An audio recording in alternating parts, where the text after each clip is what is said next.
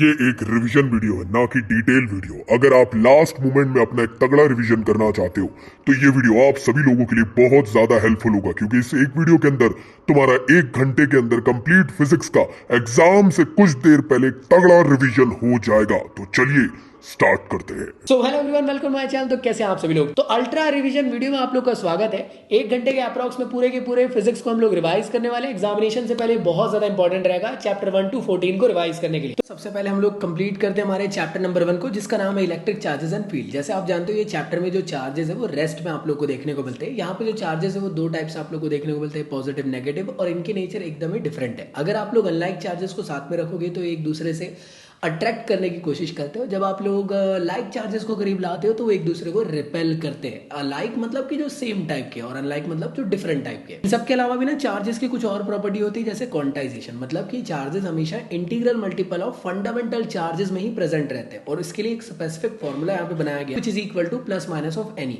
अगर किसी एक बॉडी से दूसरे बॉडी में चार्जेस ट्रांसफर हो रहे हैं तो इसी फॉर्मूले की मदद से आप लोग वैल्यू निकाल सकते हो। इंपॉर्टेंट है।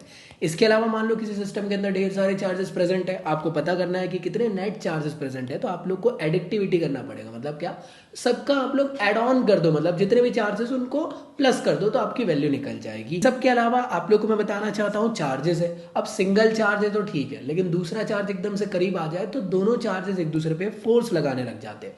और उस फोर्स को समझाने का काम कुलॉम्स ने किया है। कुलॉम्स का ये कहना है कि जब बड़े बड़े चार्जेस है तो बड़ा बड़ा फोर्स लगता है, छोटे छोटे चार्जेस तो छोटा छोटा फोर्स। और जो फोर्स है एक्चुअल में ये डिस्टेंस पे भी इन्वर्सली प्रोपोर्शनल है। जितने दूर चार्जेस रहेंगे उतना कम फोर्स, जितने करीब रहेंगे उतना ज्यादा फोर्स। तो कोलम्बियन लॉ के थ्रू हम लोग दो चार्जेस के बीच के फोर्स ऑफ इंटरेक्शन को समझ सकते हैं, और वो फोर्स होता है KQ1Q2 अपॉन R का स्क्वायर। इसको हम लोग वेक्टर फॉर्म में कुछ इस तरीके से लिख सकते हैं। ये फोर्स है तो ऑब्वियस सी बात है न्यूटन में आप लोग को यूनिट देखने को मिलेगी। अब मान लेते हैं कि अगर ढेर सारे चार्जेस आप लोग एक सिस्टम के अंदर देखने को मिलते हैं, उन सब की वजह से कितना आप लोग को नेट फोर्स निकल के आए, तो वो सुपरपोजिशन की मदद से निकाला जा सकता है। जितने भी चार्जेस अपना इंडिविजुअल फोर्स लगा रहे हैं उन सब की वैल्यू को वेक्टर सम कर दो, आप लोग की वैल्यू निकल जाएगी। अब सिंगल चार्ज है तो हर चार्ज अपने अराउंड पे एक फील्ड प्रोड्यूस करता है। वो फील्ड की इंटेंसिटी कितनी होती है, तो वो होता है फोर्स अपॉन चार्ज, या मैं कह सकता हूं 1/4πε0 Q/R का स्क्वायर। यहाँ पे हमेशा याद रखना इसकी यूनिट न्यूटन पर कूलॉम आप लोग को देखने को मिलने वाली है। और हमेशा याद रखना हर चार्ज अपने अराउंड में एक फील्ड प्रोड्यूस करता है। वो होती है किसके ऊपर डिपेंड करती है, चार्ज। अगर पॉजिटिव चार्ज है तो बाहर की तरफ इलेक्ट्रिक फील्ड देखने को मिलेगी, नेगेटिव है तो अंदर की तरफ देखने को मिलेगी। या अंदर बाहर की इलेक्ट्रिक फील्ड रेडियल फॉर्म में आपको देखने को मिलती है। आप लोग को याद है कूलॉम्स लॉ में K की वैल्यू, और यहाँ पे आप लोग को इलेक्ट्रिक फील्ड में K की वैल्यू दिख रही है। यहाँ पे जो K की वैल्यू है ये होती है 1/4πε0। यहाँ पे एप्सिलॉन आया, एप्सिलॉन क्या होता है, परमिटिविटी। परमिटिविटी एक्चुअल में दो चार्जेस के बीच के इंटरेक्शन को अफेक्ट करती है। परमिटिविटी ज्यादा होगी तो फोर्स ऑफ इंटरेक्शन कम हो जाएगा, परमिटिविटी कम होगी तो फोर्स ऑफ इंटरेक्शन ज्यादा हो जाएगा। और याद रखना इसके बाद एक और आता है रिलेटिव परमिटिविटी। मतलब क्या कि किसी मीडियम की परमिटिविटी एयर की परमिटिविटी से कितने टाइम्स डिफरेंट है, ज्यादा है, क्या है क्या नहीं है, उसको समझाने का काम रिलेटिव परमिटिविटी करती है। फॉर्मूला याद रखना। इसके बाद याद रखिएगा, मान लो आप लोग ने डिफरेंट बॉडी ले ली, एक लीनियर बॉडी ले ली, एक सरफेस वाली बॉडी ले ली, और एक आप लोगों ने ले ली किस तरीके की बॉडी के पास वॉल्यूम है। अब आप लोगों ने इन सब में चार्जेस कंटिन्यूअसली डिस्ट्रीब्यूट कर दिए इसके ऊपर। मतलब क्या, एक एक कोने कोने तक के चार्जेस को डिस्ट्रीब्यूट कर दिए। तो लीनियर बॉडी के अंदर कितने चार्जेस डिस्ट्रीब्यूट होंगे उस लीनियर बॉडी के ऊपर, उसको बताने का काम करता है कौन, लीनियर चार्ज डिस्ट्रीब्यूशन।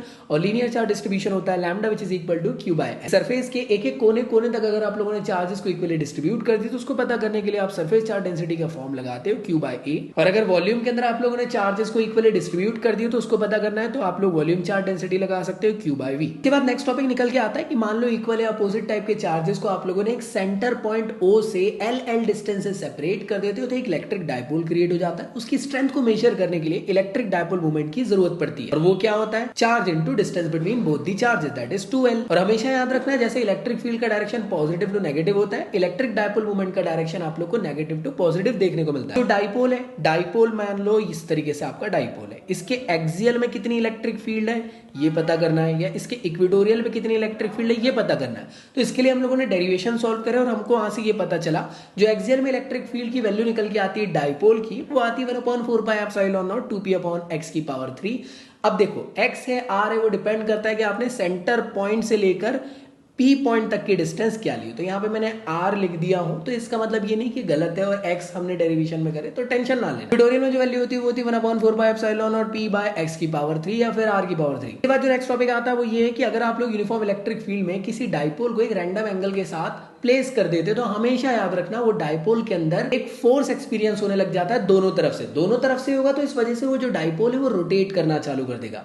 रोटेट कर रहा है मतलब फिजिक्स की भाषा में टॉर्क प्रोड्यूस होने लग गया। तो अगर कोई पूछता है कि उस डाइपोल में इलेक्ट्रिक फील्ड में रखने की वजह से कितना टॉर्क प्रोड्यूस होता है, तो वो होता है पी साइन थीटा है, मैं कह सकता हूं पी क्रॉस ई। साइन थीटा पे डिपेंड करता है कौन चीज भाई, टॉर्क डिपेंड करता है। मैक्सिमम और मिनिमम कब होगा मुझे कमेंट बॉक्स में बताना। और एक चीज याद रखना, 0 डिग्री में आप लोग को देखने को मिलता है स्टेबल इक्विलिब्रियम का केस, और 180 डिग्री में देखने को मिलता है अनस्टेबल इक्विलिब्रियम का केस। इसके बाद एग्जामिनेशन में आप लोग से पूछा जा सकता है इलेक्ट्रिक फ्लक्स क्या होता है। मान लो कोई एक सरफेस है, उससे कितनी इलेक्ट्रिक फील्ड लाइंस लिंक हो रही है, वो फ्लक्स आप लोग को बताता है। तो फ्लक्स हमेशा इलेक्ट्रिक फील्ड लाइंस और एरिया पे डिपेंड करता है।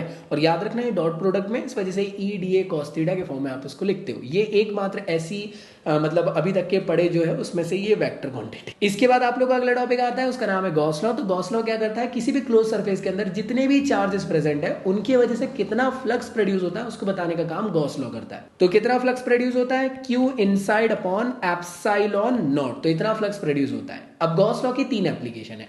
गॉस लॉ की तीनों एप्लीकेशन में करा क्या जाता है, 3 डिफरेंट टाइप की बॉडी ली जाती है, उसमें आप लोग इलेक्ट्रिक फील्ड की वैल्यू निकालते हो गॉस लॉ की मदद से। तो गॉस लॉ की एप्लीकेशन में आप लोग को बेसिकली सबसे पहले जहां जहां से फ्लक्स निकल रहे वो पता कर लेना, चार्ज डिस्ट्रीब्यूटेड है वो पता कर लेना है, और फ्लक्स और चार्ज दोनों की वैल्यू को आपको पुट कर देना है गॉस लॉ की इक्वेशन पे। जैसे आप पुट करोगे इलेक्ट्रिक फील्ड निकल जाएगा। सबसे पहले जो एप्लीकेशन है गॉस लॉ की वो ये है कि लीनियर बॉडी में ढेर सारे चार्जेस डिस्ट्रीब्यूटेड है उसकी बॉडी के अंदर, तो कितनी इलेक्ट्रिक फील्ड इसमें प्रोड्यूस होती है, वो होती है lambda upon 2 pi epsilon naught R. याद रखिएगा ये आर पे डिपेंड करता है, मतलब जैसे जैसे दूर जाएगा इलेक्ट्रिक फील्ड इंटेंसिटी कम होने लग जाएगी। कि सरफेस पे चार्जेस डिस्ट्रीब्यूटेड है उसकी वजह से कितनी इलेक्ट्रिक फील्ड प्रोड्यूस होती है, तो वो होती है सिग्मा अपॉन 2 एप्सिलॉन नॉट। याद रखना ये आर डिपेंडेंट है। इसके बाद अगला होता है कि एक कंडक्टिंग बॉडी है, एक्चुअली स्फीयर है, तो स्फीयर में किस तरीके से आप लोग को इलेक्ट्रिक फील्ड देखने को मिलती है। तो इनसाइड में इलेक्ट्रिक फील्ड 0 होती है, आउटसाइड में जो इलेक्ट्रिक फील्ड आती है वो आती है R square sigma upon epsilon naught R square. इसके अलावा हमेशा याद रखना ये जो हमारा स्फेरिकल बॉडी, अगर आप इसको दूर से देखोगे तो ऐसा लगेगा कि आप लोग को एक पॉइंट चार्ज की तरह दिखाई देता, मतलब इसकी इलेक्ट्रिक फील्ड की इंटेंसिटी ऐसी लगती है कि पॉइंट चार्ज की। इस वजह से इसको हम ये भी मान सकते हैं कि इसकी इलेक्ट्रिक फील्ड आप लोग को आती है Q by 4 pi epsilon naught R का। अगले चैप्टर की बात करें इलेक्ट्रोस्टैटिक पोटेंशियल एंड कैपेसिटेंस, तो याद रखिएगा ये फर्स्ट चैप्टर का ही एक्सटेंशन है।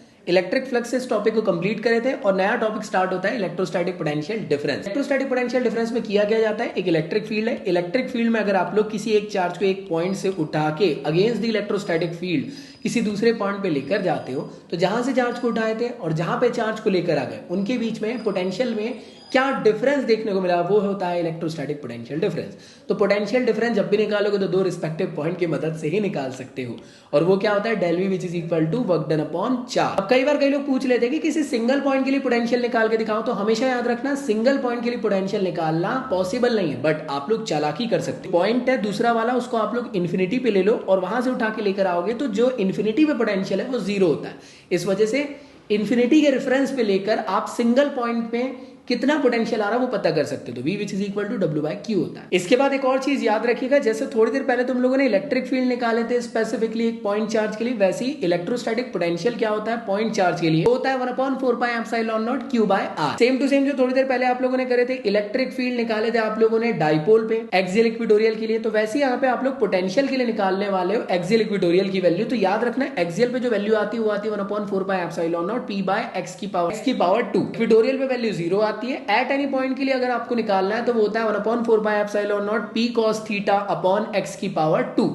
मैं x बोल रहा हूं, बस याद रखना मैंने अज्यूम किया हूं सेंटर से लेकर P तक की जो डिस्टेंस है वो x है। इसके बाद कुछ छोटे फिनोमिना है उसको याद रखना है, relation between electric field and potential कई बार जरूरत पड़ता है। Del V which is equal to minus of E dot dl या dr, ये मतलब dr जो है ना ये लेंथ है और कुछ भी नहीं, मतलब डिस्टेंस है। तो ये रिस्पेक्टिव आप लोग को ना स्पेसिफिक रिलेशन याद होना चाहिए जब भी आप लोग को कन्वर्जन करना हो। इसके अलावा अगला पॉइंट होता है, इसके अलावा अगला जो टॉपिक है वो है पोटेंशियल ग्रेडियंट, मतलब क्या कि डिस्टेंस के साथ साथ पोटेंशियल की वैल्यू हमेशा चेंज होती रहती है, और साथ ही साथ पोटेंशियल डिफरेंस पोटेंशियल ग्रेडियंट का जो फॉर्मूला होता है वो होता है माइनस dv अपॉन dr। इसके बाद ना आप लोग को एक और नेक्स्ट टॉपिक निकल के आता है कि अगर आप लोग इलेक्ट्रिक डाइपोल को इलेक्ट्रिक फील्ड में रख देते हो और आप जानबूझ के उसमें वर्क डन लगाते हो, देखो टॉर्क की वजह से तो इस तरीके इलेक्ट्रिक फील्ड की वजह से तो इधर घूमने लग जाएगा, लेकिन अगर आप लोगों ने जानबूझ के अपोजिट टू दी नेचर पे वर्क डन लगाने की कोशिश करोगे तो उस डाइपोल पे कितना वर्क डन आएगा, वो कितना होता है, तो वो होता है P cos theta 2 minus theta 1, मतलब जहां पहले वो था जहां से उठा के जिस एंगल पे लेकर चलेगा वो थीटा 2 है। वर्क आप करा रहे हो तो वर्क हमेशा पोटेंशियल एनर्जी में कन्वर्ट हो जाता है। तो कई बार आपसे पूछा जा सकता है पोटेंशियल एनर्जी डाइपोल पे कितना आता है जब वो इलेक्ट्रिक फील्ड में रखा है,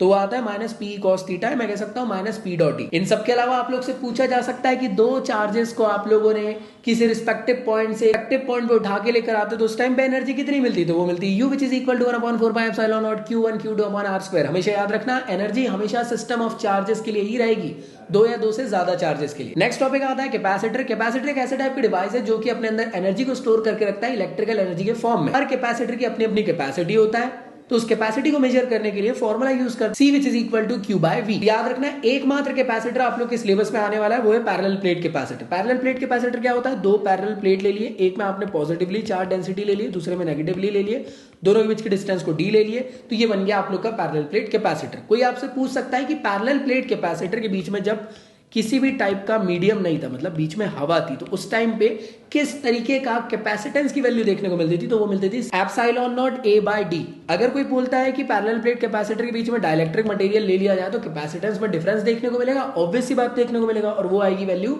K epsilon naught A by D। कई बार क्या होता है ना, पैरेलल प्लेट कैपेसिटर के बीच में कुछ कुछ जगह में डाइलेक्ट्रिक को लेकर आया जाता तो उस टाइम पे ना न्यूमेरिकल सॉल्व नहीं हो पाते, तो उसके लिए एक स्पेशल फॉर्मूला है, वो होता है epsilon naught A upon D minus T plus T by K. या फिर अगर हम लोग मान लो कैपेसिटर को इस तरीके से सीरीज में कनेक्ट कर दी, उस टाइम पे कैपेसिटेंस क्या आएगा, तो याद रखिएगा उस टाइम पे कैपेसिटेंस इस तरीके से आता है 1/C which is equal to 1/C1 plus 1/C2 से लेकर जितने कैपेसिटर लगे। इसके अलावा अगर आप लोगों ने कैपेसिटर को पैरेलल फॉर्म में लगा लिए हो तो याद रखिएगा पैरेलल फॉर्म में कैपेसिटेंस की वैल्यू क्या आती है, C1 plus C2 से लेकर जितने कैपेसिटेंस लगा दी उसकी कैपेसिटेंस की वैल्यू। बीएससी ने आपको कहा है कि इसका डेरिवेशन नहीं आएगा, इसका न्यूमेरिकल आएगा। मतलब क्या कि कैपेसिटर के अंदर कितनी एनर्जी स्टोर रहती है, तो वो रहती है हाफ QV के फॉर्म में, half Q square by C के फॉर्म में, हाफ CV स्क्वायर के फॉर्म में। तो जो आपको एग्जामिनेशन में क्वेश्चन में वैल्यूज गिवन है उसके अकॉर्डिंग आप फॉर्मूला चूज करके आंसर निकालना। नेक्स्ट आपका जो टॉपिक है उसका नाम है करंट इलेक्ट्रिसिटी। याद रखना चैप्टर 1 चैप्टर 2 के अंदर आप लोग के जो चार्जेस थे वो रेस्ट पे थे, अब चार्जेस दौड़ने लग गए। जब भी चार्जेस T टाइम पे दौड़ते हैं तो करंट प्रोड्यूस होता है, और करंट होता ही है ये Q by T। हमेशा याद रखना किसी भी कंडक्टर से अगर आप लोग करंट दौड़ाते हो तो इलेक्ट्रॉन आप जानते हो कि इसके अपोजिट इन डायरेक्शन में ड्रिफ्ट करने लग जाते हैं, तो उस टाइम पे जो ड्रिफ्ट करते टाइम जो वेलोसिटी के साथ इलेक्ट्रॉन ट्रेवल करते हैं उसी को कहते हैं ड्रिफ्ट वेलोसिटी। ड्रिफ्ट वेलोसिटी आप लोग को तीन डिफरेंट फॉर्म में होती है। इलेक्ट्रिक फील्ड के फॉर्म में वो होती है small E capital E tau upon M, potential difference के फॉर्म में होती है ईवी टाउ अपॉन एमएल, और एक होती है करंट के फॉर्म में रिलेशन वेलोसिटी का, वो होता है I which is equal to NEVDA। तो ये तीनों फॉर्म याद होने चाहिए, एग्जामिनेशन के लिए इंपॉर्टेंट है। आप जानते हो ओम्स लॉ में आप लोगों ने पढ़े होंगे V which is equal to IR होता है। R क्या होता है, रेजिस्टेंस। बचपन में जानते थे कि R which is equal to V by E होता है, लेकिन अब बड़े हो चुके हो तो बड़े हो गए हो, तो इस टाइम पे जो रेजिस्टेंस का फॉर्म है वो एक बड़े फॉर्म का देखने को मिलता है। तो रेजिस्टेंस होता है आप लोग का ml अपॉन NE का स्क्वायर A। इसको छोटे फॉर्म में लिखे तो रो L बाय A भी लिखा जा सकता है। तो ये रेजिस्टेंस का फॉर्म है, याद रखिएगा। जैसे मैंने आप लोग को थोड़ी देर पहले समझाया कि चार्जेस का यहाँ पे मूवमेंट हो रहा है तो उसको कहा जाता है मोबिलिटी। तो मोबिलिटी स्पेसिफिकली होता है क्या, it is the ratio of drift velocity to the electric field. अगर यहाँ वैल्यूज पुट कर दे तो एक और एक्सप्रेशन बन जाता है ड्रिफ्ट वेलोसिटी का, वो होता है mu which is equal to tau upon m. Drift velocity और मोबिलिटी के बीच में एक रिलेशन होता है, ड्रिफ्ट वेलोसिटी मतलब VD which is equal to mu e. और इसके अलावा एक और चीज याद रखिएगा कि करंट जो है वो एक स्केलर फॉर्म है। अगर करंट का वेक्टर फॉर्म की बात करी जाए तो आप करंट डेंसिटी से समझ सकते हो। करंट डेंसिटी को J से डिनोट किया जाता है और ये होता है it is the ratio of current upon area of cross section.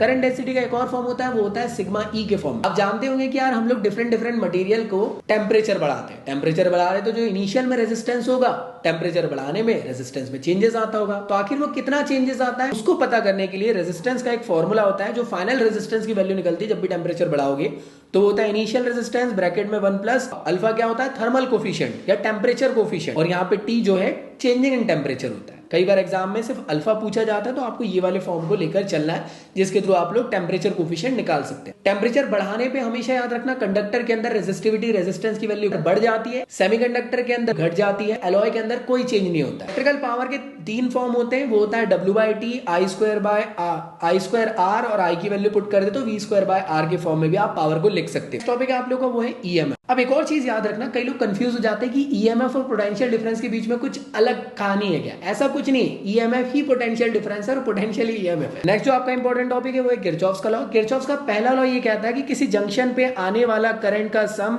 बराबर होता है उस जंक्शन से जाने वाले करंट के सम के, या मैं कह सकता हूं सम ऑफ ऑल करंट जो कि जंक्शन पे आ रहा है which is always equal to 0 होता है। किरचॉफ्स का सेकंड लॉ हम लोग इसको कहते हैं लूप रूल। सिस्टम में जितना भी पोटेंशियल डिफरेंस है डेल वी की वैल्यू 0 के बराबर होती है। ये बहुत इंपॉर्टेंट है, एग्जामिनेशन में याद रखिए। इसके अलावा ना आप लोग का एक और टॉपिक है कि मान लो ये बैटरी आप लोग का, अभी बैटरी के दो टर्मिनल है, ये एक टर्मिनल वो टर्मिनल। अब ये दो टर्मिनल है तो दो टर्मिनल के बीच में पोटेंशियल डिफरेंस की वैल्यू क्या आती है?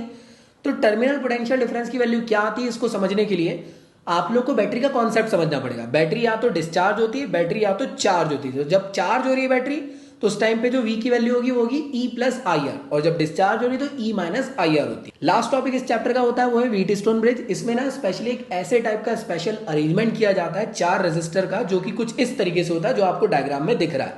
व्हीट स्टोन ब्रिज जो आप लोग सिलेबस में पढ़ते हो वो बैलेंस कंडीशन का होता है। बैलेंस कंडीशन का मतलब ये कि यहाँ का रेजिस्टेंस अपॉन यहाँ का रेजिस्टेंस हमेशा बराबर होना चाहिए, यहाँ के रेजिस्टेंस अपॉन यहाँ के रेजिस्टेंस के। तब हम कहते हैं कि ये एक बैलेंस कंडीशन है व्हीट स्टोन ब्रिज की। तो एग्जामिनेशन में कई बार ये पूछी जाती है, आप लोग को मालूम होनी चाहिए। याद रखना व्हीट स्टोन ब्रिज जब बैलेंस कंडीशन में रहता है तो बीच वाले पोर्शन पे कोई भी करंट आपको दौड़ते हुए नहीं देखने को मिलता है, मतलब कि सिर्फ करंट इस पोर्शन में ही दौड़ता है। इसके बाद जो नेक्स्ट टॉपिक आता है वो है मूविंग चार्जेस एंड मैग्नेटिज्म। तो याद रखना फर्स्ट सेकंड थर्ड चैप्टर में आप लोग की कहानी अलग थी। अब चार्ज मूव कर रहा था तो करंट प्रोड्यूस कर रहा था, तो करंट के परपेंडिकुलर डायरेक्शन में मैग्नेटिक फील्ड प्रोड्यूस कर रहा है। इस वजह से चैप्टर का नाम है कि मूविंग चार्ज की वजह से एक मैग्नेटिक फील्ड प्रोड्यूस हो रही है।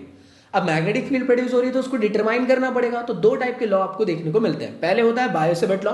बायो-सेवर्ट लॉ के थ्रू तुम एलिमेंटल पोर्शन की मैग्नेटिक फील्ड निकाल सकते हो। बायो-सेवर्ट लॉ होता है dB which is equal to mu naught upon 4 pi IDL sin theta upon r का स्क्वायर। इसको वेक्टर फॉर्म में ऐसे लिख सकते हैं। लॉ होता है जिसको कहा जाता है एम्पियर्स लॉ। एम्पियर्स लॉ एक ऐसा लॉ है जो कि टोटल मैग्नेटिक फील्ड निकाल के दे देता है। और वो क्या होता है? Close integral of P dot dl which is equal to mu naught I inside. याद रखिएगा एम्पियर्स लॉ में एक एम्पियर्स लूप लिया जाता है, उसके अंदर जो करंट दौड़ रहे हैं उसी को ही कंसिडर किया जाता है, इस वजह से यहाँ पे I इनसाइड लिखा है। बायो-सेवर्ट लॉ के अंदर दो एप्लीकेशन है, एम्पियर्स लॉ के अंदर एक एप्लीकेशन है। बायो-सेवर्ट लॉ की जो पहली एप्लीकेशन है वो क्या कहती है कि एक सर्कुलर लूप है, इसके बीच में कितना मैग्नेटिक फील्ड दौड़ रहा है वो बताइए। तो उसको पता किया जा सकता है mu not I upon 2r से। एक और एप्लीकेशन होती है जिसमें कहा जाता है कि एक सर्कुलर रिंग है, इसके P पॉइंट पे बताइए मैग्नेटिक फील्ड कितनी है। तो उसको पता किया जा सकता है mu naught capital N I a का स्क्वायर अपॉन 2a का स्क्वायर प्लस x का स्क्वायर की पावर 3/2। और एम्पियर्स लॉ की सिर्फ एकमात्र एप्लीकेशन है, एग्जामिनेशन में इंपॉर्टेंट है कि बहुत लंबा सा इनफाइनाइटेसिमली लॉन्ग स्ट्रेट वायर है, उसकी वजह से किस तरीके की मैग्नेटिक फील्ड बनती है, तो वो बनती है mu naught I upon 2πr। अब आप लोग एक चीज समझ रहे हो कि यार मैग्नेटिक फील्ड लग रही है तो मैग्नेटिक का कोई ना कुछ फोर्स भी तो होता होगा। तो जो मैग्नेटिक फोर्स होता है वो होता है QVB sin थीटा। मान लो कोई एक चार्ज है, वो अगर एक ऐसी फील्ड में चला गया जहां पे इलेक्ट्रिक फील्ड भी और मैग्नेटिक फील्ड भी है, तो उस टाइम पे फोर्स कैसा लगेगा? तो उस टाइम पे जो फोर्स लगेगा वो लगेगा इन दोनों का कॉम्बिनेशन, मतलब क्या magnetic field plus electric field का कॉम्बिनेशन का फोर्स। इसको कहा जाता है लॉरेंस फोर्स, और इस तरीके से उसको डिनोट किया जाता है। जिसमें करंट दौड़ रहा है उसके वजह से उसमें फोर्स लग रहा है, तो वो कितना लग रहा है? तो वो लगता है IBL sin थीटा। इसी के साथ साथ दो पैरेलल कंडक्टर आप लोग को देखने को मिल रहे हैं, सेम डायरेक्शन में करंट दौड़ रहा है, d डिस्टेंस से सेपरेटेड है। तो इस टाइम पे आप लोग को हमेशा याद रखना सेम डायरेक्शन पे अगर करंट दौड़ रहे हैं दो वायर में तो एक दूसरे को अट्रैक्ट करते हैं, डिफरेंट डायरेक्शन में अगर करंट दौड़ रहे हैं दोनों वायर के बीच में तो वो एक दूसरे को रिपेल करते हैं। तो उसमें जो फोर्स पर यूनिट लेंथ की वैल्यू होती है वो होती है mu naught I1 I2 upon 2πd, दोनों के लिए अट्रैक्टिव फॉर्म और रिपल्सिव फॉर्म दोनों के लिए। अगला जो आपका टॉपिक है वो है मैग्नेटिक डाइपोल मोमेंट। वो होता है आप लोग का स्मॉल m इंटू 2l। यहाँ पे छोटा सा मिस्टेक हो गया, इसको सही कर लेना। और मैग्नेटिक मूवमेंट होता है IA, नंबर ऑफ टर्न्स रहे तो NIA हो जाएगा। एक और टॉपिक है आप लोग का कि अगर किसी करंट कैरिंग कॉइल को तुम लोग मैग्नेटिक फील्ड में रख देते हो तो हमेशा याद रखना वो कॉइल जो रहती है वो रोटेट करने लग जाती है। कितना टॉर्क प्रोड्यूस करती है? वो करती है MB sin थीटा, या मैं कह सकता हूं NIAB sin थीटा, या मैं कह सकता हूं M क्रॉस B। इसी के फिनोमिना में वर्क करता है मूविंग कॉइल गैल्वेनोमीटर। गैल्वेनोमीटर एक ऐसा डिवाइस होता है जो छोटे से छोटे करंट को मेजर करने का काम करता है। तो गैल्वेनोमीटर हमेशा याद रखना जितना करंट दौड़ाओगे उतना डिफ्लेक्शन आपको देखने को मिलता है। प्रोपोर्शनैलिटी कांस्टेंट हटाने पे गैल्वेनोमीटर का कांस्टेंट आता है जिसको G कहा जाता है। इसमें दो कॉन्सेप्ट आप लोग को देखने को मिलते हैं, एक होता है करंट सेंसिटिविटी जो होता है phi अपॉन I, और दूसरा होता है वोल्टेज सेंसिटिविटी जिसको कहते हैं phi अपॉन B। इसके अलावा इस चैप्टर में एक और टॉपिक आप लोग का रह गया, वो है आर्टिफिशियल मैग्नेट जिसको हम लोग कहते हैं सोलेनॉइड। बेसिकली करा क्या जाता है, एक आप लोगों ने एक मतलब नॉन कंडक्टिंग बेस ले लिया, इसमें आप लोगों ने वायर को इस तरीके से बाउंड कर दिया, करंट दौड़ाओगे तो मैग्नेटिक फील्ड दौड़ने लग जाएगी, तो ये एक आर्टिफिशियल मैग्नेट के फॉर्म में वर्क करने लग जाता है। तो कई बार पूछा जाता है कि मैग्नेटिक फील्ड कितनी आती है सोलेनॉइड की, वो आती म्यू नॉट NI। तो ये काफी ज्यादा इंपॉर्टेंट है, याद रखना। टॉरॉइड वाला टॉपिक सिलेबस से डिलीट। नेक्स्ट चैप्टर है आप लोग का मैग्नेटिज्म एंड मैटर। ये स्पेसिफिकली ना नेचुरल मैग्नेट के ऊपर रिलाय करता है चैप्टर का पहले टॉपिक आप लोग को ये कहता है कि क्या बाहर मैग्नेट सोलेनॉइड की जैसा बिहेव करता है, तो यहां से ये पता चला कि हाँ जी बिल्कुल करता है। क्यों करता है? क्योंकि अगर हम लोग मैग्नेट के, मान लो ये मैग्नेट है, मैग्नेट के एक्सिस पे अगर मैग्नेटिक फील्ड निकालते तो वो इतनी आती, कितनी आई?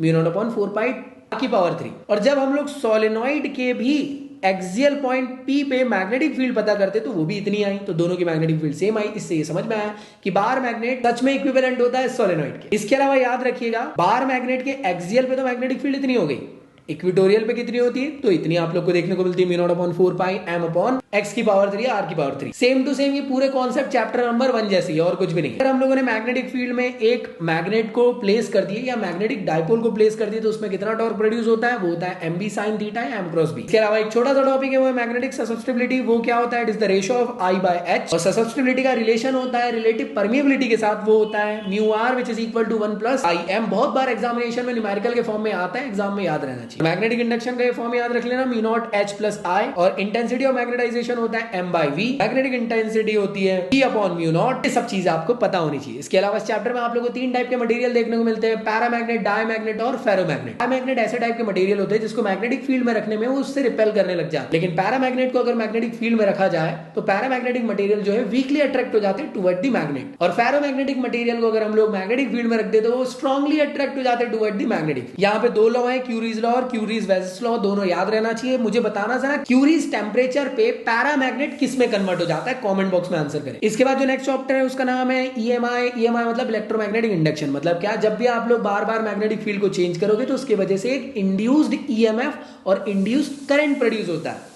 तो कोई अगर आपसे पूछता है कि इंड्यूस्ड करंट और इंड्यूस्ड ईएमएफ कितना होता है तो वो ये रहा। लेकिन उससे पहले समझने से पहले आपको बताना चाहता हूं कि मैग्नेटिक फ्लक्स नाम की भी एक चीज होती है जैसे इलेक्ट्रिक फ्लक्स होती है। तो मैग्नेटिक फ्लक्स होता है BA cos थीटा। मैंने कहा कि चेंजिंग इन मैग्नेटिक फील्ड की वजह से एक इंड्यूस्ड ईएमएफ प्रोड्यूस हो रहा है, तो वो फराडे के दूसरे लॉ ने आपको बताया, वो होता है क्या, E which is equal to minus d∅/dt। Induced current कितना होता है, वो होता है आप लोग का -n/r d∅/dt। इसके अलावा अगर मान लो एक स्टेशनरी मैग्नेटिक फील्ड में आप लोगों ने एक कंडक्टर को प्लेस कर दिया और जानबूझ के आपने इसमें एक मैकेनिकल फोर्स लगाया, इससे फोर्स लगाए तो उस टाइम पे कितना इंड्यूस्ड ईएमएफ प्रोड्यूस होगा, यहाँ पे तो होता है BLV। इसके बाद याद रखिएगा एक और टॉपिक आप लोग को देखने को मिलता है जिसका नाम होता है Lenz law. Lenz law basically ना चेंजिंग इन मैग्नेटिक फील्ड की वजह से जो करंट प्रोड्यूस हो रहा था ना, इंड्यूस्ड करंट, उसका डायरेक्शन क्या है उसको समझाने का काम करता है। तो आप लोग को याद होगा जब हम लोगों ने डिटेल लेक्चर पढ़े थे तो एक कॉइल को दूसरे कॉइल के करीब लेकर आ रहे थे तो करंट में डायरेक्शन देखने को मिल रहा था।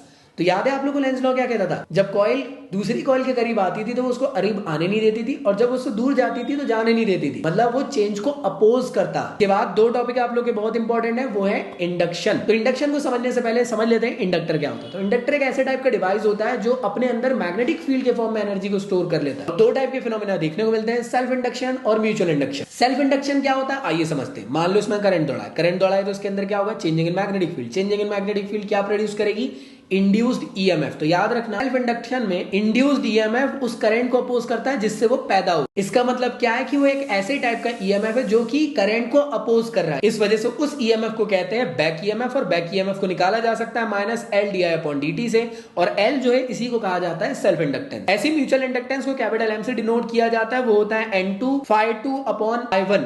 तो बेसिकली यार म्यूचुअल इंडक्टेंस क्या होता है, तो याद रखिएगा पहली वाली कॉइल के करंट की वजह से दूसरी वाली कॉइल के अंदर फ्लक्स प्रोड्यूस होते हुए आप लोग को देखने को मिलते हैं, वो होता है म्यूचुअल इंडक्टेंस। तो सेल्फ इंडक्टेंस आप सोलेनॉइड के लिए और साथ ही साथ म्यूचुअल इंडक्टेंस आप सोलेनॉइड के लिए निकाल सकते हो। तो उस टाइम पे जो वैल्यूज आती है वो रिस्पेक्टिवली ये आती है। इसके बाद इसी चैप्टर में आप लोगों को एक और टॉपिक देखने को मिलता है जिसका नाम है अल्टरनेटिंग जनरेटर। अल्टरनेटिंग जनरेटर ऐसे टाइप का जनरेटर होता है जो कि मैकेनिकल फोर्स से करंट प्रोड्यूस करते हुए आप लोग को देखने को मिलता है, वो भी अल्टरनेटिंग करंट के फॉर्म में। बेसिकली इसमें होता क्या है, आप लोग को मैग्नेटिक फील्ड लेनी पड़ती है और यहाँ पे आप लोग को एक आर्मेचर लेना रहता है, और ये जो आर्मेचर ये कनेक्टेड रहते हैं स्लिप रिंग से, और स्लिप रिंग कनेक्टेड रहते हैं ब्रशेस से, और ब्रशेस कनेक्टेड रहते हैं एक वायर से जिससे जाके अल्टीमेटली एक बल्ब कनेक्टेड है। यहाँ पे आप लोग एक हैंडल लगाते हैं, उसको जानबूझ के घुमाते हो जिससे कि मैग्नेटिक फील्ड के अंदर एक कॉइल जो है बार बार रोटेट होना चालू। और याद रखिएगा जब भी बार बार यहाँ पे मैग्नेटिक फील्ड के अंदर आप चेंज कराने की कोशिश करोगे तो एक करंट प्रोड्यूस होगा। तो जो करंट प्रोड्यूस होता है वो होता है अल्टरनेटिंग करंट के फॉर्म में। अल्टरनेटिंग जनरेटर को जिस तरीके से बिहेव करता है, और अल्टरनेटिंग करंट का प्रिंसिपल ईएमआई ही होता है। इसके बाद जो नेक्स्ट चैप्टर उसका नाम है अल्टरनेटिंग करंट। अल्टरनेटिंग करंट और डायरेक्ट करंट में बहुत ज्यादा डिफरेंस है। अल्टरनेटिंग करंट देखो, डायरेक्ट करंट क्या होता है, एक ही तरफ से दौड़ता है। डायरेक्ट करंट के बाद अल्टरनेटिंग करंट जो ये कभी भी कहीं से भी दौड़ जाता है, इसलिए आपके घर में भी जो करंट है ना वो अल्टरनेटिंग करंट दौड़ता है। अल्टरनेटिंग करंट हर वक्त अपनी डायरेक्शन को चेंज करता रहता है टाइम के रिस्पेक्ट में। तो जो सिंपल करंट लिखते हो आप लोग लेट से 5 एम्पियर, तो अल्टरनेटिंग करंट के फॉर्म में तुम लोग उसको 5 sin ωt के फॉर्म में लिखोगे। क्लियर है गाइस? तो याद रखना अल्टरनेटिंग करंट को इस फॉर्म में लिखा जाता है I0 sin ωt। I0 मतलब मैक्सिमम करंट, और वोल्टेज को लिखा जाता है V0 sin ωt। V0 मतलब मैक्सिमम वोल्टेज। हमेशा याद रखना करंट देखो ये फुल साइकिल में दौड़ता है, ठीक है। तो फुल साइकिल के लिए एवरेज करंट की वैल्यू क्या आती है, तो वो 0 आती है। साथ ही साथ हाफ साइकिल के लिए एवरेज करंट की वैल्यू क्या आती है, तो वो आती है 0.65 मैक्सिमम करंट। इसके अलावा अगला टॉपिक होता है रूट मीन स्क्वायर वैल्यू वाला current. Root mean square value वाला करंट आपके घर के प्लग से देखने को मिलता है और डिफरेंट डिफरेंट डिवाइस अपने अकॉर्डिंग मैक्सिमम करंट एक्वायर करते हैं। तो रूट मीन स्क्वायर वैल्यू का जो करंट होता है उसकी वैल्यू होती है IRMS which is equal to I0 upon under root 2। ऐसे ही रूट मीन स्क्वायर वैल्यू वाला वोल्टेज भी होता है, वो होता है आप लोग का V0 upon under root 2। Formula याद रखना इंपॉर्टेंट है। इसके बाद जो नेक्स्ट टॉपिक आप लोग का निकल के आता है वो ये है कि आप लोग क्या करोगे, 3 डिफरेंट डिवाइसेस लोगे, उन सबको अल्टरनेटिंग वोल्टेज से कनेक्ट करोगे और आप लोग एक V वोल्टेज प्रोवाइड करोगे V0 sin ओमेगा t और चेक करोगे कितना करंट दौड़ रहा है उसमें, और उसके थ्रू ये पता करोगे कि फेस की कोई वैल्यू आ रही है कि नहीं। फेस या फेसर डिफरेंस क्या होता है, फेस या फेसर डिफरेंस एक्चुअल में वोल्टेज और करंट के बीच के रिलेशनशिप को समझाने का काम करते हैं। अगर हम लोग AC सप्लाई करते हैं रेजिस्टर में तो आप लोग V0 sin ओमेगा की वोल्टेज प्रोवाइड करोगे और जो करंट आप लोग को देखने को मिलता है वो मिलता है I0 sin ओमेगा t। तो मैं कह सकता हूं जितना वोल्टेज प्रोवाइड करे उतना ही करंट मिला। इसका मतलब ये ना तो करंट आगे ना तो वोल्टेज पीछे, दोनों साथ साथ चलते हुए आप लोग को देखने को मिल रहे हैं। लेकिन इंडक्टर में ऐसी कहानी नहीं होती। जब इंडक्टर को आप लोग अल्टरनेटिंग सोर्स से कनेक्ट करते हो तो वोल्टेज आप प्रोवाइड करते हो V0 sin ओमेगा t और जो करंट आपको मिलता है वो मिलता है I0 sin omega t minus of π/2। मैं कह सकता हूं माइनस ऑफ π/2 फेस है। मैं ये कह सकता हूं कि वोल्टेज के कंपैरिजन में जो करंट है वो पीछे चल रहा है, और फेसर डायग्राम में भी आप लोग करंट को पीछे डिनोट करोगे। अगर मैं कैपेसिटर में वोल्टेज प्रोवाइड करता हूं लेट से, तो कितना करंट आपको देखने को मिलेगा, वो मिलेगा I0 sin omega t plus π/2। और π/2 फेज जो होता है ये एक्चुअल में ये बता रहा है कि वोल्टेज के कंपैरिजन में कैपेसिटर के अंदर करंट आगे चल रहा है π/2 फेज से। तीनों के अंदर एक काफी मेजर चीज है, जैसे यहाँ पे जो रेजिस्टेंस है, रेजिस्टर में जो रेजिस्टेंस होता है उसको R से डिनोट करते हैं। इंडक्टर में जो रेजिस्टेंस होता है उसका नाम होता है रिएक्टेंस और इसकी वैल्यू होती है XL और XL को कहते हैं ओमेगा L। और कैपेसिटर में जो रेजिस्टेंस होता है उसको भी रिएक्टेंस ही कहा जाता है, रिएक्टेंस ऑफ कैपेसिटर, और उसको डिनोट करते हैं XC से और उसकी वैल्यू होती है 1/ओमेगा। अगर हम लोग इंडक्टर, कैपेसिटर, रेजिस्टर तीनों को कनेक्ट कर दे अल्टरनेटिंग सोर्स से तो उस पूरे सिस्टम को कहते हैं LCR सर्किट, जिसमें टोटल रेजिस्टेंस की वैल्यू आती है under root of R square plus VL minus VC का होल स्क्वायर। और कभी कोई पूछे फेस की वैल्यू क्या देखने को मिलेगी, तो वो मिलेगी tan phi which is equal to XL minus XC का। कोई पूछ सकता है कि करंट की वैल्यू कितनी मिलती है, तो वो मिलती है IM which is equal to VM upon under root of R square plus VL minus VC का होल स्क्वायर। तो ये फॉर्म्स याद रखना बहुत इंपॉर्टेंट है। इसके बाद नेक्स्ट टॉपिक निकल के आता है रेजोनेंस, जो इसी से रिलेटेड आप लोग को देखने को मिलेगा। रेजोनेंस एक कंडीशन होती है जहां पे इंपीडेंस की वैल्यू लो हो जाती है और करंट की वैल्यू मैक्सिमम दौड़ने लग जाती है। तो रेजोनेंस में आप लोग को जो रेजोनेटिंग फ्रीक्वेंसी देखने को मिलती है वो होती है 1/√LC और रेजोनेटिंग फ्रीक्वेंसी होती है वो होती है 1/2π√LC। इसके अलावा एक और चीज याद रखना, एक फॉर्मूला होता है क्यू फैक्टर का, एक्चुअल में शार्पनेस के बारे में समझाती है रेजोनेंस के, और वो होता है ओमेगा L अपॉन R, या फिर अगर हम कैपेसिटर के फॉर्म में बनाए तो 1/ωc/R होता है। तो ये दोनों फॉर्म याद होने चाहिए। इसके बाद हमेशा याद रखना एक काफी इंपॉर्टेंट टॉपिक है कि अल्टरनेटिंग सर्किट में एवरेज पावर की वैल्यू क्या आती है। तो एवरेज पावर की वैल्यू आती है P average which is equal to IRMS VRMS cos phi। तो एवरेज पावर की वैल्यू रेजिस्टर में आप लोग को मैक्सिमम देखने को मिलेगी, बाकी इन दोनों के अंदर आप लोग को 0 मिलती है। cos phi एक्चुअल में पावर फैक्टर होता है। नेक्स्ट टॉपिक होता है ट्रांसफार्मर। ट्रांसफार्मर का काम है वोल्टेज को कम से ज्यादा या ज्यादा से कम करना। तो इसमें रिस्पेक्टिव फॉर्मूले हैं जो आपके काम आते हैं एग्जामिनेशन में, याद रखना है। इसको ट्रांसफार्मर रेशियो कहा जाता है। ट्रांसफार्मर के अंदर आप लोग को एक तरफ में इनपुट कॉइल देखने को मिलेगी, दूसरे तरफ में आउटपुट कॉइल देखने को मिलेगी। तो याद रखिएगा ट्रांसफार्मर बहुत ज्यादा इंपॉर्टेंट है और ये किसके प्रिंसिपल पे वर्क करता है, ये म्यूचुअल इंडक्शन के फिनोमिना में वर्क करता है। तो आई होप तुम लोग को यहाँ तक ये चीजें क्लियर हो गई होंगी। इसके बाद जो नेक्स्ट चैप्टर आप लोग का, इसका नाम है EM वेव। EM वेव एक ऐसे टाइप की वेव होती है जिसके अंदर इलेक्ट्रोमैग्नेटिक वेव आपको देखने को मिल रही है। कहना क्या चाह रहे हो, इलेक्ट्रिक फील्ड की वेव, मैग्नेटिक फील्ड की वेव साथ साथ प्रोपोगेट करते हुए एक डायरेक्शन में बढ़ती है। जैसे ये बढ़ रही है, मान लो वाई डायरेक्शन में इलेक्ट्रिक फील्ड दौड़ रही है, मैग्नेटिक फील्ड जेड में दौड़ रही है, और अल्टीमेटली वेव आप लोग को एक्स एक्सिस में दौड़ते हुए देखने को मिलती है।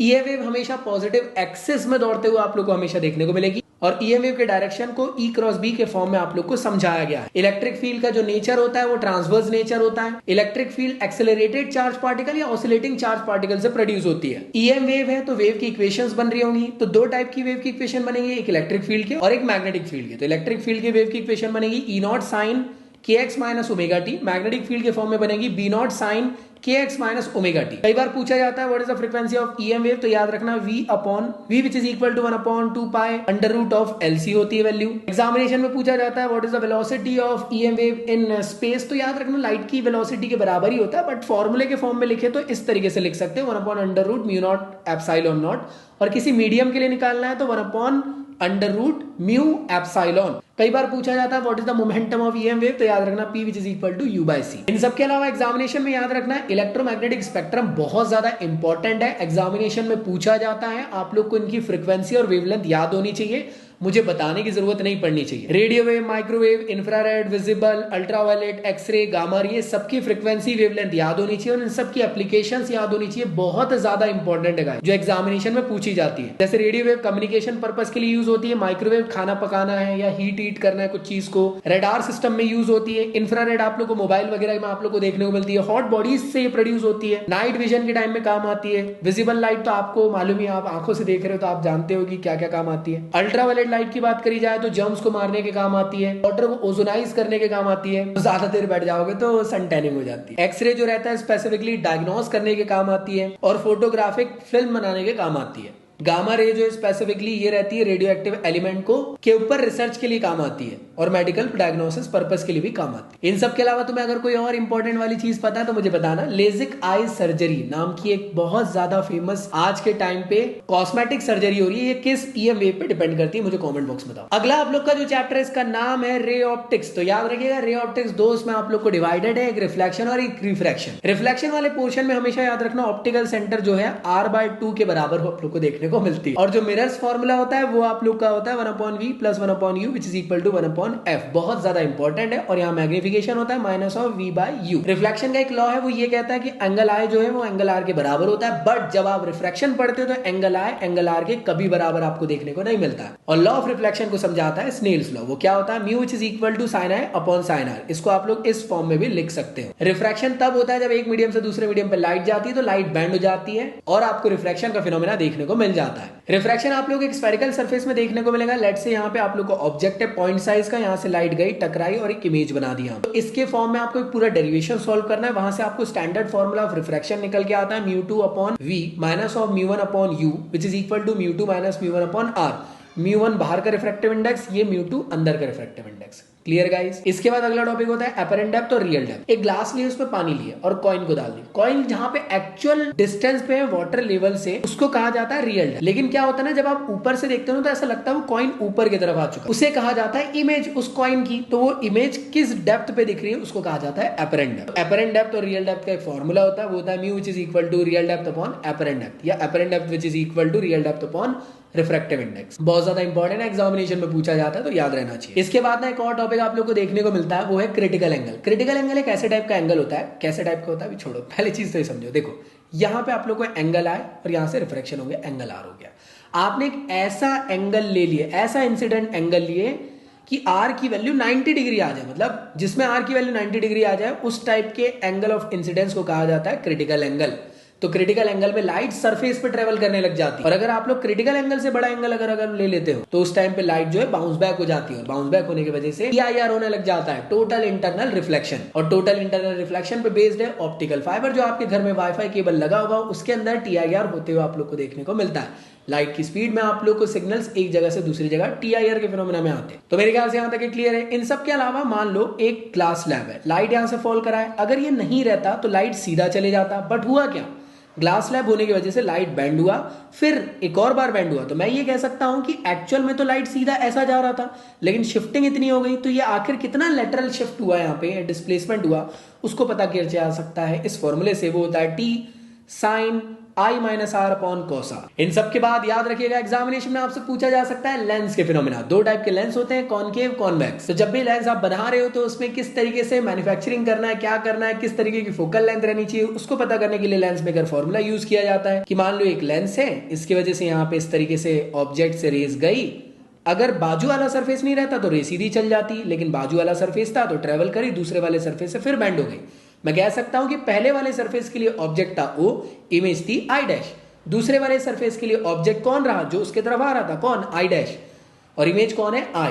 तो इसके वजह से एक लेंस मेकर फॉर्मूला बनता है, वो बनता है 1/f which is equal to mu -1 bracket में 1/r1 माइनस 1/r2। इसी को एक्सटेंड करके आप लोग एक और फॉर्मूला निकाल सकते हो, उसका नाम होता है थिन लेंस फॉर्मूला। ये आप लोग को मिरर्स फॉर्मूला का भाई बहन देखने को मिलेगा। मिरर्स फॉर्मूला में यहाँ प्लस होता है, इसमें यहाँ पे माइनस होता है। जैसे मिरर्स फॉर्मूला में भी आप लोग को एक मैग्निफिकेशन देखने को मिलता था, ऐसी लीनियर मैग्निफिकेशन लेंस का होता है प्लस ऑफ v/u। और सेम टू सेम कई बार पूछा जा सकता है कि पावर ऑफ लेंस क्या होता है, तो वो होता है रेसिप्रोकल ऑफ फोकल लेंथ। इन सब के अलावा गाइस आप लोग को मान लो दो या दो से ज्यादा लेंसेस एक दूसरे के करीब है, मतलब एक लेंस ही एक लेंस इस तरीके से, और पूछा जाए कि बताइए इनकी टोटल फोकल लेंथ क्या होगी, तो वो होगी 1/fe which is equal to 1/f1 plus 1/f2। तो याद रखिएगा। इन सब के अलावा भी आप लोग से पूछा जा सकता है प्रिज्म का टॉपिक। प्रिज्म में लाइट इस तरीके से आप लोगों ने डाले, लाइट बेंड हुई, फिर इधर चली गई, यहाँ पे एंगल ऑफ इंसिडेंस बना, यहाँ पे एंगल ऑफ इमरजेंस बना। इसको एक्सटेंड करके यहाँ पे एक एंगल बनता है जिसको कहते हैं मिनिमम डेविएशन। तो आपसे पूछा जा सकता है कि एंगल ऑफ प्रिज्म और मिनिमम डेविएशन की वैल्यू क्या होती है। तो डेविएशन के दो फॉर्मूले होते हैं जो आप लोग को याद रखना है। एंगल ऑफ प्रिज्म जो होता है वो होता है r1 प्लस r2। कई बार पूछा जा सकता है कि रिफ्रैक्टिव इंडेक्स की वैल्यू क्या आती है प्रिज्म के अंदर, तो जो यहाँ पे एंगल I और R की वैल्यू निकल के आती है उनको पुट करके आप फॉर्मूला बना सकते हो। वो आता है sin a plus del m मतलब मिनिमम डेविएशन अपॉन 2 अपॉन में sin a/2।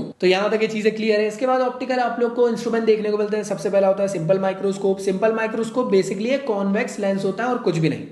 इसमें जो मैग्निफिकेशन देखने को मिलता है वो ये रहे। कंपाउंड माइक्रोस्कोप में बेसिकली दो तरीके के लेंसेज यूज होते हैं, एक छोटा और एक बड़ा। तो कंपाउंड माइक्रोस्कोप में आप लोग को यहाँ पे ऑब्जेक्ट की तरफ में एक ऑब्जेक्टिव लेंस होता है जो छोटा होता है, और आंखों की तरफ में एक आईपीस होता है, लेंस होता है जो बड़ा होता है। कोई भी एक ऑब्जेक्ट की रेस पहले इससे टकराती है, फिर एक छोटी इमेज बनाती है, फिर इसको थोड़ा सा मैग्नीफाई करके आप लोग को डिस्टिंक्ट विजन में दिखा देता है। मैं ये कह सकता हूँ कि मैग्निफिकेशन की फाइनल वैल्यू क्या निकल के आती है, तो वो रही ये d0 u0 into d/u0। Magnification मैं कह सकता हूँ m0 इंटू ME भी मैं कह सकता हूं, मतलब मैग्निफिकेशन ऑफ ऑब्जेक्टिव लेंस और मैग्निफिकेशन ऑफ आईपीस। इसका मैक्सिमम मैग्निफिकेशन कितना निकल के आता है, तो वो आता है आप लोग का इतना, जो आपको रिस्पेक्टिव फॉर्म में देखने को मिल रहा है। बहुत इंपॉर्टेंट है, एग्जामिनेशन में आता है। और नॉर्मल एडजस्टमेंट या मैं कह सकता हूं मिनिमम आप लोग को जो मैग्निफिकेशन देखने को मिलता है वो मिलता है इतना, v0/u0 इंटू d/fe। कई बार पूछा जा सकता है कि कंपाउंड माइक्रोस्कोप की टोटल लेंथ क्या है यहां से लेकर यहां तक, तो वो होती है v0 प्लस ue। इसके बाद एस्ट्रोनॉमिकल टेलीस्कोप निकल के आता है। इसमें आप लोग को ऑब्जेक्टिव लेंस बड़ा रहता है, बिकॉज डिस्टेंस की जो ऑब्जेक्ट है वो बहुत बड़ा है, आईपीस छोटा रहता है। बहुत दूर से रेज आएगी, पहले आके यहाँ पे आप लोग को कन्वर्ज हो जाएगी, जो इमेज आई फिर उसको हल्का सा बड़ा करके आईपीस आपको दिखा देता है प्यारी सी इमेज। याद रखना टेलीस्कोप इमेज को बड़ी नहीं करता है, करीब लेकर आ जाता है। टाइम पे जो मैग्निफिकेशन निकल के आता है वो आता है f0/ue। मैक्सिमम मैग्निफिकेशन इतना आता है और मिनिमम मैग्निफिकेशन इतना आता है।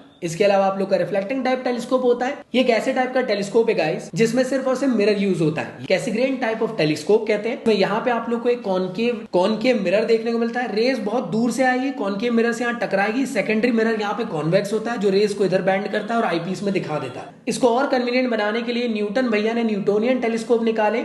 उन्होंने क्या करे, यहाँ पे कॉनकेव मिरर यूज करें और यहाँ पे एक कॉन्वेक्स मिरर यूज नहीं करे, प्लेन मिरर यूज करे। रेस सीधी आएगी, प्लेन मिरर से टकराएगी और इधर चल जाएगी और यहाँ से आईपीस से आप लोग देख लोगे।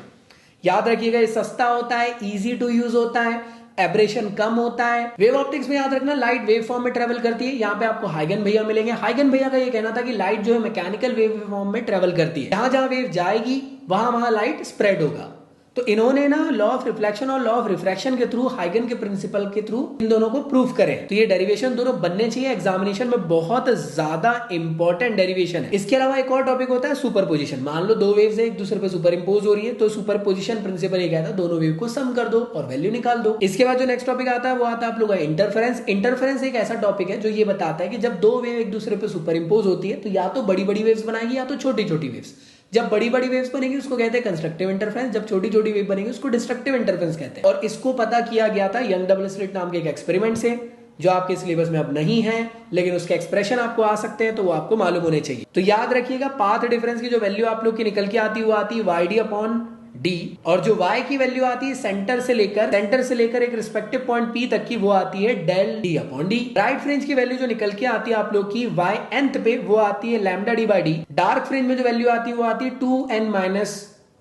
इसको प्लस भी ले सकते हैं, कोई दिक्कत नहीं है, λD/2D। फ्रिंज विड्थ दोनों की जो आती है वो आती है λD/D, और जो रिजल्टेंट इंटेंसिटी आती है 4 टाइम्स ऑफ इंटेंसिटी की आती है, और रिजल्टेंट में मिनिमम जो आती है 0 आती है। इसके अलावा एक और चीज याद रख लेना, इंटरफ्रेंस में ब्राइट फ्रिंज की वैल्यू होती है वो डिफ्रैक्शन में डार्क फ्रिंज की वैल्यू होती है। तो इंटरफ्रेंस में डार्क फ्रिंज की वैल्यू होती है वो डिफ्रैक्शन में ब्राइट फ्रिंज की वैल्यू होती है। इन दोनों के ग्राफ है, हमेशा याद रखना, इसमें इंटेंसिटी हमेशा बराबर देखने को मिलेगी, चाहे ब्राइट फ्रिंज हो डार्क फ्रिंज हो या सेंट्रल मैक्सिमा की हो। डिफ्रैक्शन को समझते हैं तो डिफ्रैक्शन एक ऐसे टाइप का फिनोमेना है जिसमें कि आप लोग लाइट को बेंड करते करें। मान लो कैसे, इस तरीके से लाइट, मान लो एक सरफेस है, लाइट यहाँ से आया, आपको लगेगा लाइट सिर्फ एरिया में जाएगा, लेकिन ऐसा नहीं होता, लाइट बैंड हो जाता है हल्का सा। तो दो टाइप के आपको डिफ्रैक्शन देखने को मिलते हैं, एक फ्रेजनल डिफ्रैक्शन होता है, दूसरा होता है फ्रॉनहोफर। फ्रेजनल डिफ्रैक्शन में बेसिकली एक सिंगल स्लिट ली जाएगी, लाइट यहाँ पे आएगी, इस तरीके से आएगी, फिर बेंड होगी, इधर चल जाएगी, ये आप लोग का फ्रेजनल डिफ्रैक्शन। लेकिन फ्रॉनहोफर डिफ्रैक्शन एक अलग टाइप का है, इसमें आप लोग ना बीच में एक लेंस भी यूज करते हो, तो सीधी रेज आ रही थी, वो इससे बेंड होगी और एक रिस्पेक्टिव पॉइंट में आप लोग को वैल्यू निकालेगी। सेम डेरिवेशन आप लोग को इंटरफेरेंस वाले यंग डबल स्लिट एक्सपेरिमेंट जैसे ही देखने को मिलता है।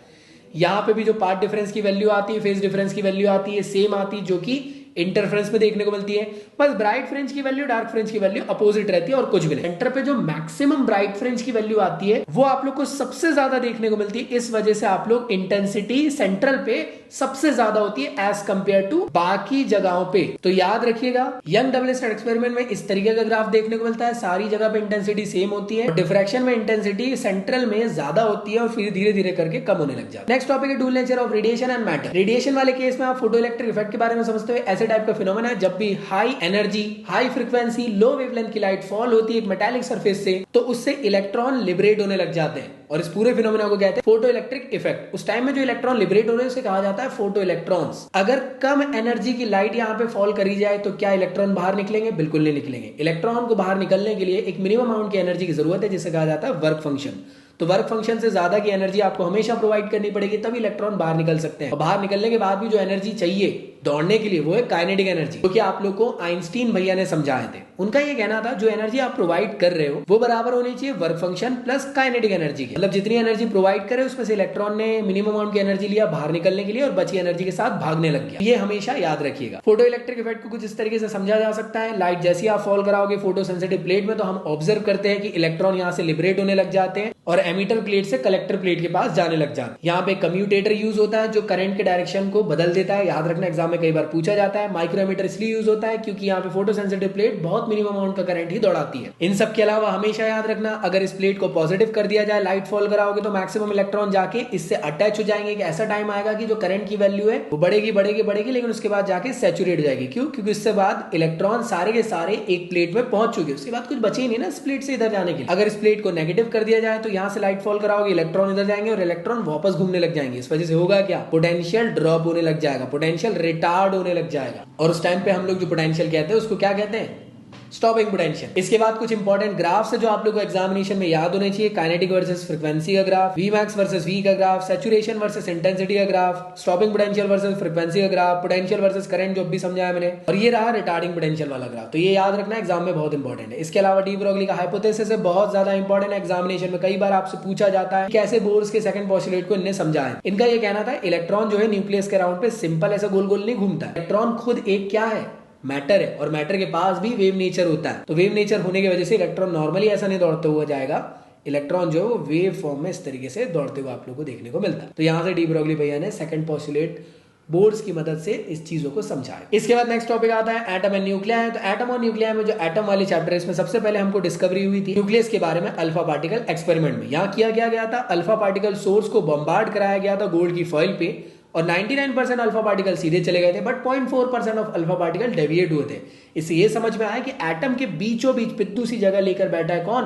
न्यूक्लियस, जो कि 99% मास इसी के पास है और जब भी अल्फा पार्टिकल इससे टकरा रहा है तो इधर उधर डेविएट हो जा रहा है। हमें ये समझ में आया एटम मेनली एम्प्टी है, बीचों बीच एक पॉजिटिव चार्ज है जिसका नाम है न्यूक्लियस और उसी के पास 99% मास है। इस एक्सपेरिमेंट में ये समझ में आया कि 8000 अल्फा पार्टिकल में से सिर्फ एक अल्फा पार्टिकल जो था वो डेविएट हुआ था।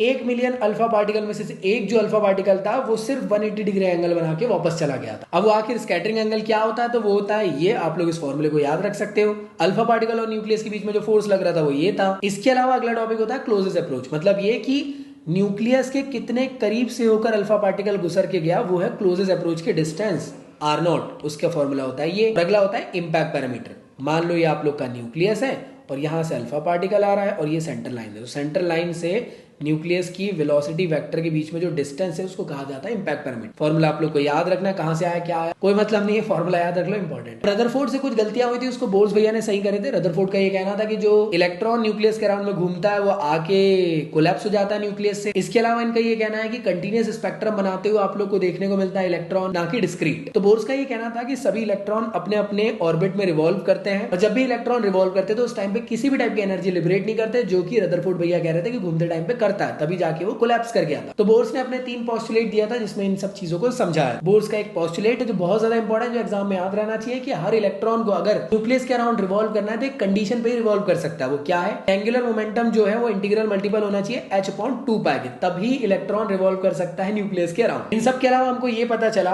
कि जो इलेक्ट्रॉन है और न्यूक्लियस है, इनके बीच की जो रेडियस है, इलेक्ट्रॉन किस काइनेटिक एनर्जी के साथ घूम रहा है, किस पोटेंशियल एनर्जी के, किस वेलोसिटी के साथ घूम रहा है, तो उन सब के ना फॉर्मूला आपको याद होना चाहिए। सारे फॉर्मूले बहुत ज्यादा इंपॉर्टेंट है। बोर्स की रेडियस वाला फॉर्मूला, बस इसमें आप लोग को z की वैल्यू 1 रख देना, फॉर्मूला ये बन जाएगा। तो तीनों फॉर्मूले याद करके जाए, बहुत ज्यादा इंपॉर्टेंट है। और फ्रीक्वेंसी क्या होती है इलेक्ट्रॉन की, तो एक स्पेशल फॉर्मूला आप लोग को और दे दिया हूं याद करने के लिए। इन सब के अलावा एनर्जी इलेक्ट्रॉन में कितनी देखने को मिलती है, तो काइनेटिक एनर्जी इतनी देखने को मिलती है, पोटेंशियल एनर्जी इतनी देखने को मिलती है, टोटल एनर्जी इतनी देखने को मिलती है। इन सब में से सारी कांस्टेंट वैल्यूज की वैल्यू पुट कर दे, z की वैल्यू 1 पुट कर दे, तो आप लोग को एक स्टैंडर्ड हाइड्रोजन एटम की एनर्जी की वैल्यू निकल के आती है, वो आती -13.6 ऑन n² इलेक्ट्रॉन वोल्ट। बहुत ज्यादा इंपॉर्टेंट है। इन सब के अलावा एनर्जी लेवल आप लोग देखते हो, जब भी यार इलेक्ट्रॉन ग्राउंड स्टेट से एक्साइटिंग स्टेट में जाएगा तो एनर्जी एब्जॉर्ब करेगा, जब भी एक्साइटिंग स्टेट से ग्राउंड स्टेट में आएगा तो एनर्जी लिबरेट करेगा। तो हमेशा याद रखना, अगर एक्साइटिंग स्टेट से अगर कोई भी इलेक्ट्रॉन ग्राउंड स्टेट में आ रहा है तो लेमन सीरीज कहते हैं उसको, और उस टाइम पे आप लोग अल्ट्रावायलेट रेडिएशन हिट होते हुए देखने को मिलता है। जब भी इलेक्ट्रॉन हायर एक्साइटिंग स्टेट से फर्स्ट एक्साइटिंग स्टेट में आता है तो उस सीरीज को बाल्मर सीरीज कहते हैं, उस टाइम पे आप लोग को विजिबल लाइट का रीजन देखने को मिलता है। जब भी लाइट हायर एक्साइटिंग स्टेट से सेकंड एक्साइटिंग स्टेट में आता है तो पेस्चन सीरीज कहा जाता है, इंफ्रारेड देखने को मिलेगा। जब भी हायर एक्साइटिंग स्टेट से n की वैल्यू 4 मतलब थर्ड एक्साइटिंग स्टेट में आप लोग को इलेक्ट्रॉन आते हुए देखने को मिलेगा, तो उसे ब्रैकेट सीरीज कहते हैं। और जब भी इलेक्ट्रॉन अगर हायर एक्साइटिंग स्टेट से फोर्थ एक्साइटिंग स्टेट में आएगा तो उसको p फंड सीरीज कहते हैं। इन सब के रिस्पेक्टिव आप लोग को वेवलेंथ की वैल्यू आती है, ये रिस्पेक्टिव फॉर्म रहे, इनको याद करना है, बहुत ज्यादा इंपॉर्टेंट। इसके बाद न्यूक्लियर चैप्टर के अगर अंदर हम लोग आए तो न्यूक्लियर चैप्टर में हम लोग को ये पता चला कि न्यूक्लियस के अंदर सिर्फ और सिर्फ पॉजिटिव चार्ज नहीं होता है, एक और न्यूट्रल चार्ज प्रेजेंट रहता है पॉजिटिव चार्ज के साथ, जो कि पॉजिटिव चार्ज के मास के रफली बराबर आप लोग को देखने को मिलता है, जिसका नाम होता है न्यूट्रॉन। तो कई बार एग्जामिनेशन में पूछ लिया जाता है कि एटॉमिक मास यूनिट क्या होती है, तो आपको याद होना चाहिए। न्यूक्लियर का साइज क्या होता है, तो वो होता है r which is equal to r0 a की पावर 1/3। और कई बार एग्जाम में पूछा जाता है न्यूक्लियर की डेंसिटी क्या होती है, तो वो होती है 3m/4π r0 की पावर 3। ये कांस्टेंट टर्म है, कांस्टेंट टर्म है। कमेंट बॉक्स में बताओ कितनी होती है वैल्यू। इसके बाद एक टॉपिक निकल के आता है जिसका नाम है मास डिफेक्ट। मास डिफेक्ट क्या होता है? बेसिकली मास डिफेक्ट होता है कैलकुलेटेड मास को अगर हम लोग ऑब्जर्व मास से माइनस करा दे तो आप लोग का मास डिफेक्ट निकल जाता है। कि मास डिफेक्ट ये समझाता है इस न्यूट्रॉन प्रोटॉन से वो एक न्यूक्लियस बना है, जब उन दोनों का हम लोग वजन तौलने की कोशिश करते हैं तो हमें ये पता चलता है कि कॉन्स्टिट्यूएंट न्यूट्रॉन प्रोटॉन का वेट ज्यादा आता है एज कंपेयर टू उन्हीं से बने न्यूक्लियस से। तो यहाँ पे एनर्जी का लॉस कहाँ हुआ, तो वो हुआ मास डिफेक्ट में। तो हमेशा याद रखना न्यूट्रॉन और प्रोटॉन को कंबाइन करके जब न्यूक्लियस बनाया जाता है तो उस टाइम पे एक बाइंडिंग एनर्जी लगती है, वो लगती है हमारी आइंस्टीन की इक्वेशन के फॉर्म में, E which is equal to del mc का स्क्वायर। और del mc क्या है यहाँ पे, डेल एम क्या है यहाँ पे, मास डिफेक्ट है। मास डिफेक्ट की वैल्यू पुट कर दी तो इस तरीके से बाइंडिंग एनर्जी का फॉर्मूला बन गया। इसके अलावा आप लोगों को 2 टॉपिक देखने को मिलेंगे, न्यूक्लियर फिजन और फ्यूजन। फिजन में क्या होता है, हैवी न्यूक्लियाई 2 डॉटर न्यूक्लियाई में टूट जाता है। जैसे कि यूरेनियम जो है जब इसको न्यूट्रॉन से हिट कराएंगे तो बेरियम और क्रिप्टॉन में टूट जाएगा, 3 न्यूट्रॉन मिलेंगे और हैवी अमाउंट की एनर्जी मिलेगी, और ये चेन रिएक्शन कराती है। और आज के टाइम में एटॉमिक बम इसी पे बनते हुए आप लोग को देखने को मिलने वाला। अगला होता है न्यूक्लियर फ्यूजन। इसमें क्या होता है, 2 डॉटर न्यूक्लियाई मिलकर एक हैवियर न्यूक्लियाई बनाते हैं और न्यूट्रॉन्स रिलीज करते हैं और हैवी अमाउंट की एनर्जी रिलीज होती है, मतलब फिजन से ज्यादा एनर्जी फ्यूजन में मिलती है, और ये सन के अंदर आप लोगों को देखने को मिलती है। ये इक्वेशन रखनी है। और लास्ट टॉपिक आप लोग का होता है सेमीकंडक्टर। ऐसे टाइप का डिवाइस जिसकी कंडक्टिविटी रेजिस्टिविटी जो होती है कंडक्टर और इंसुलेटर के बीच की। इसमें आप लोग एनर्जी बैंड गैप के बारे में पढ़ते हो। एक होता है वैलेंस बैंड, एक होता है कंडक्शन बैंड। हमेशा इलेक्ट्रॉन वैलेंस बैंड में बैठे रहते हैं, और अगर करंट दौड़ाना है तो इलेक्ट्रॉन को वैलेंस बैंड से कूद कर कंडक्शन बैंड में जाना जरूरी है। तो इंसुलेटर के लिए वैलेंस बैंड और कंडक्शन बैंड के बीच में एनर्जी गैप बहुत ज्यादा रहता है, इतना ज्यादा रहता है कि इलेक्ट्रॉन चाहकर भी नहीं जा पाता है, इस वजह से उसमें करंट फ्लो नहीं होता है। कंडक्टर के अंदर वैलेंस बैंड कंडक्शन बैंड जो रहते हैं एक दूसरे में ओवरलैप करते हैं, इसलिए इलेक्ट्रॉन इजीली इधर से उधर मूव कर पाते, करंट फ्लो हो पाता है। सेमीकंडक्टर के अंदर ना एक सफिशिएंट अमाउंट का एनर्जी गैप रहता है, बट जैसे आप एनर्जी प्रोवाइड करते तो वैलेंस बैंड से इलेक्ट्रॉन कंडक्शन बैंड में चले जाते और करंट आप लोग को दौड़ते हुए देखने को मिलता है। इसी वजह से कहते हैं रूम टेम्परेचर में इंसुलेटर की तरह बिहेव करता है और टेम्परेचर बढ़ा दो तो कंडक्टर की तरह बिहेव करता है सेमीकंडक्टर। जब आप सेमीकंडक्टर पढ़ते हो तो इसमें आप लोग को दो टाइप के सेमीकंडक्टर देखने को मिलेंगे, इंट्रिंसिक और एक्सट्रिंसिक। इंट्रिंसिक सेमीकंडक्टर दो फॉर्म के होते हैं, P type semiconductor, N type semiconductor. N type semiconductor के अंदर नंबर ऑफ इलेक्ट्रॉन की वैल्यू ज्यादा होती है होल के कंपैरिजन में, और पी टाइप सेमीकंडक्टर के अंदर नंबर ऑफ होल्स की वैल्यू ज्यादा होती है एज कंपेयर टू इलेक्ट्रॉन की। और जो प्योर फॉर्म का सेमीकंडक्टर रहता है उसमें दोनों की वैल्यू एकदम इक्वल रहती है। जब भी आप लोग पी टाइप सेमीकंडक्टर और एन टाइप सेमीकंडक्टर को जोड़ दो तो एक पीएन जंक्शन बन जाता है। जब भी आप इनको जोड़ोगे तो इसी बीच में एक डिप्लीजन लेयर फॉर्म होती है जो एक किस्म से बैरियर का काम करती है, और यहाँ पे एक पोटेंशियल बैरियर डेवलप हो जाता है जो एक इलेक्ट्रॉन को इधर से उधर जाने नहीं दे पाता है, जिस वजह से आप लोग को ये एक रेगुलेटर की तरह वर्क करते हुए भी देखने को मिलता है। जब जब डिप्लीजन लेयर पतली रहेगी उतना तेजी से करंट दौड़ेगा, उस कंडीशन को कहते हैं फॉरवर्ड बाइस। जब जब डिप्लीजन लेयर मोटी रहेगी इलेक्ट्रॉन और होल्स मूव नहीं कर पाएंगे, डिफ्यूज नहीं हो पाएगा, ड्रिफ्टिंग नहीं हो पाएगी, जिस वजह से करंट बहुत तेजी से नहीं दौड़ पाएगा, स्लोली दौड़ेगा। उस कंडीशन को कहते हैं रिवर्स बाइसिंग। तो फॉरवर्ड बाइसिंग में पी साइड को पॉजिटिव एंड से और एन साइड को नेगेटिव एंड से कनेक्ट करना पड़ता है, तभी ये पॉसिबल हो पाता है। रिवर्स बाइसिंग के पी साइड को नेगेटिव एंड से और एन साइड को पॉजिटिव एंड से कनेक्ट करना पड़ता है, तब जाके वो रिवर्स बाइसिंग हो पाता है। तो इसकी एकमात्र एप्लीकेशन है जो एग्जामिनेशन में आप लोग को देखने को मिलने वाली, वो है half wave full wave rectifier. Half wave rectifier में आप लोग यार अल्टरनेटिंग करंट प्रोवाइड करते हो और आप लोग को हाफ वेव के इस तरीके से वेव फॉर्म देखने को मिलता है। मतलब आप लोगों ने अल्टरनेटिंग सोर्स प्रोवाइड करे बट आप लोग को यहाँ पे हाफ वेव्स देखने को मिलेगी। ऐसा क्यों? क्योंकि जब भी करंट इस तरफ से दौड़ेगा तो फॉरवर्ड बाइसिंग की वजह से एक वेव बनेगी, जब इस तरफ से दौड़ेगा तो ब्लॉक हो जाएगा, फिर इधर से दौड़ेगा तो फिर बनेगा, फिर ब्लॉक हो जाएगा। लेकिन जब आप लोग फुल वेव रेक्टिफायर यूज करते हो तो उस टाइम पे आप लोग दो डायोड यहाँ पे यूज करते हो, मैं कह सकता हूँ पीएन डायोड यूज करते हो। तो जब भी करंट ऐसे दौड़ेगा तो एक में फॉरवर्ड होगा एक में रिवर्स होगा, और जब ऐसे दौड़ेगा तो एक में फॉरवर्ड एक में रिवर्स। इस वजह से कंटिन्यूअस आप लोग को फुल वेव्स बनते हुए देखने को मिलती है। ये बहुत ज्यादा इंपॉर्टेंट था। आई होप आप लोग को चीजें समझ में आई हो।